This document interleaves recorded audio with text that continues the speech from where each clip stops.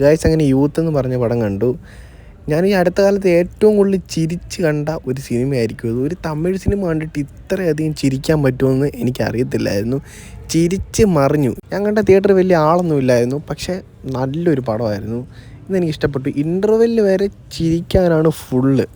ഒരു ഇൻ്റർവെല്ലൊക്കെ കഴിഞ്ഞ് തീരുന്നതിൻ്റെ ഒരു അരമണിക്കൂർ സിനിമ പിന്നെ നമ്മുടെ ഡ്രാഗൺ സിനിമയുടെ ഒരു ട്രാക്കാണ്. എനിക്കത് മാത്രമാണ് ഒരു ചെറിയൊരു നെഗറ്റീവായിട്ട് തോന്നിയത്. നെഗറ്റീവ് അല്ല അത്, അവിടെയൊക്കെ നല്ല റെസ്പോൺസ് കിട്ടുന്നുണ്ട്. ഒരു നായകൻ നല്ലവനാവുന്ന ഒരു സമയമുണ്ടല്ലോ, അത് നമുക്ക് നല്ലൊരു മെസ്സേജൊക്കെ തരുന്നുണ്ടെങ്കിൽ പോലും നല്ല മെസ്സേജൊക്കെ തരുന്നുണ്ട് സിനിമ. പക്ഷേ എനിക്ക് ആ ഒരു ഇത് മാത്രം ഒരു ക്ലീശ പോലെ തോന്നി. പക്ഷെ ബാക്കി ഒരു ഇൻ്റർവെല്ലിൽ കഴിഞ്ഞൊരു അരമണിക്കൂറോളമൊക്കെ ചിരിച്ചുകൊണ്ടിരിക്കുക. അത്രയ്ക്ക് നല്ല കിടിലൻ ഫ്രഷ് തമാശകൾ ഈ പടത്തിലുണ്ട്. ഇത് ചിരിക്കാൻ വേണ്ടി പോയി നിങ്ങൾക്ക് എന്തായാലും കാണാം.